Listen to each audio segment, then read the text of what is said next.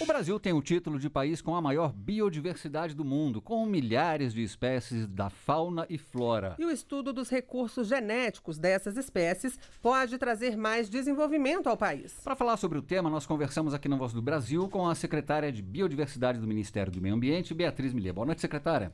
Boa noite, Nazi, boa noite, Gabriela. Um prazer estar aqui com vocês falando sobre biodiversidade. Secretária, com essa imensa biodiversidade, quantas espécies nós temos catalogadas no Brasil e novas têm sido descobertas? O Brasil reúne hoje cerca de 20% de toda a biodiversidade do mundo. São mais de 116 mil espécies de fauna e mais de 46 mil espécies de flora. Por que a gente fala mais de? Porque o número não é exato, porque justamente todos os dias ou sempre estão descobrindo espécies novas. É um trabalho bastante importante também, essa questão de pesquisa para descobrir novas espécies. E, secretário, o estudo genético dessas espécies pode trazer benefícios ao país? Pode trazer muitos benefícios, tanto benefícios ao país no sentido de descobrirem novos usos ou descobrir novos produtos que são feitos com base no nosso patrimônio genético, sejam medicamentos, cosméticos, alimentos e tudo isso. E também pode ser muito benéfico porque a gente tem aqui uma legislação bastante robusta e bastante pioneira que permite a repartição dos benefícios. Então, a repartição dos lucros do uso da nossa biodiversidade, voltando aqui esse lucro em benefício das pessoas, do desenvolvimento sustentável, da conservação e da pesquisa. Pois é, o Brasil há um ano ratificou o protocolo de Nagoya, que trata certamente desse compartilhamento desses recursos com outros países. Quais são os benefícios disso? Como é que funciona isso? Exatamente um ano o Brasil estava ali depositando na ONU o protocolo de Nagoya ratificado. Ele traz um benefício muito grande porque ele traz uma segurança jurídica muito importante para o Brasil. O Brasil é signatário, assim como outros 130 países, e isso garante que os países que acessam o nosso patrimônio genético se comprometem a seguir a legislação brasileira no quesito de biodiversidade, repartição de benefícios, conhecimento tradicional associado. Então, isso traz uma segurança jurídica muito grande, assim como o Brasil também se compromete a usar a legislação do país se o Brasil estiver acessando ali um patrimônio genético de outro país. Então, é muito importante isso.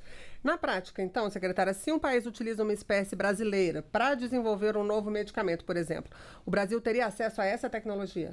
O Brasil não teria acesso a essa tecnologia, mas teria acesso, Assim, existe a divulgação dos resultados, existe toda uma questão de transferência de tecnologia, capacitação, repartição de benefícios, e isso é muito importante. Os benefícios oriundos de um medicamento, por exemplo, desenvolvido em outro país com o patrimônio genético, a partir da nossa biodiversidade, são repartidos com o Brasil. No protocolo, ele também engloba o conhecimento tradicional de comunidades indígenas e locais? Sim, e esse é um ponto importantíssimo, porque o protocolo resguarda esta riqueza que a gente tem de conhecimento tradicional associado, de indígenas, ribeirinhos, comunidades locais, e o protocolo respeita isso, assim como a base da nossa legislação de biodiversidade. Secretária, ainda dentro desse protocolo, que áreas poderiam ser beneficiadas? O agronegócio seria um exemplo? O agronegócio tem uma função, quando a gente fala em alimentação, é um pouquinho diferente na questão de repartição de benefício, não entra essa parte, mas sim muito beneficiado, porque o protocolo de Nagoya vem aqui estimular toda a parte de pesquisa. Então, a parte de pesquisa, incluindo biotecnologia, isso nos traz também benefícios na área de segurança alimentar. Então, para a agricultura, para a pecuária é muito importante. Quando a gente fala de alimentação, a gente não entra na importância monetária da questão, mas a gente entra sim na importância do desenvolvimento e segurança alimentar.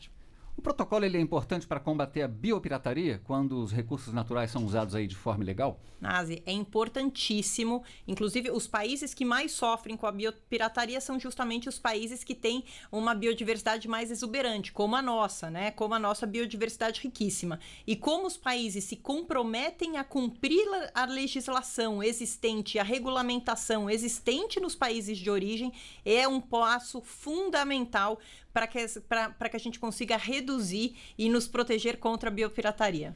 Agora, secretária, como é que o governo trabalha para proteger os biomas e a nossa biodiversidade? O governo trabalha em várias frentes. Eu acho que esse é importante. Não existe uma única ferramenta para que a gente faça isso. Então, toda a parte de políticas e programas de conservação de espécies são importantes. Políticas e programas de combate a espécies exóticas são importantes. Políticas de pagamento por serviços ambientais são essenciais, porque quando a gente reconhece o serviço ambiental, quando a gente reconhece a pessoa que está ali cuidando do meio ambiente, é essencial. Toda a parte, junto ao Ministério da Justiça, de combate a crimes ambientais, é importantíssimo. Então, existe aqui todo um conjunto de atitudes que estão sendo tomadas para preservar e para manter com que a gente consiga aqui ter sempre a nossa biodiversidade muito rica e nos mantermos aqui como campeões. Secretária, o governo tem também um plano de ação para a conservação de espécies ameaçadas de extinção. Qual que é a estratégia desse plano? É para animais e plantas também? Exatamente. A gente tem os planos de ação, né? Que são os planos de ação nacional para conservação. Eles são voltados para espécies que estejam em risco de ameaça.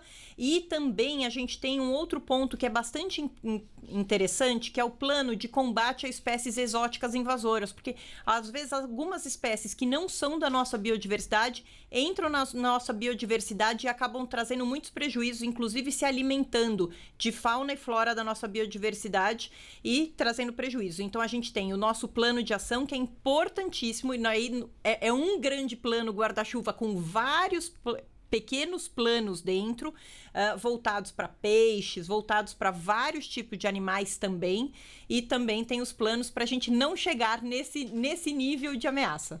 Secretária, a senhora poderia falar também um pouquinho do estímulo ao plantio de mudas de espécies ameaçadas? Sim, esse daí é um ponto muito importante. Eu sempre falo que o meu sonho utópico vai ser o dia que a gente conseguir chegar numa lista zero de fauna e flora em risco de ameaça. O que a gente faz? A gente está visando estimular. A gente lançou a portaria 561 no dia 15 de dezembro de 2021, que justamente estimula o plantio de espécies da vegetação nativa em risco de ameaça. Então tá lá toda classificada por biomas. Por quê? Porque a gente pensou que, às vezes, para o cidadão, para o paisagista, para quem está fazendo a recolocação de APP e reserva legal, não tem essa informação. É muito importante incentivar que plantem as nossas espécies para que a gente possa ter cada vez mais abundância. Bom, nós conversamos com a secretária de Biodiversidade do Ministério do Meio Ambiente, Beatriz Millier. Secretária, muito obrigado pela entrevista à Voz do Brasil. Muito obrigada.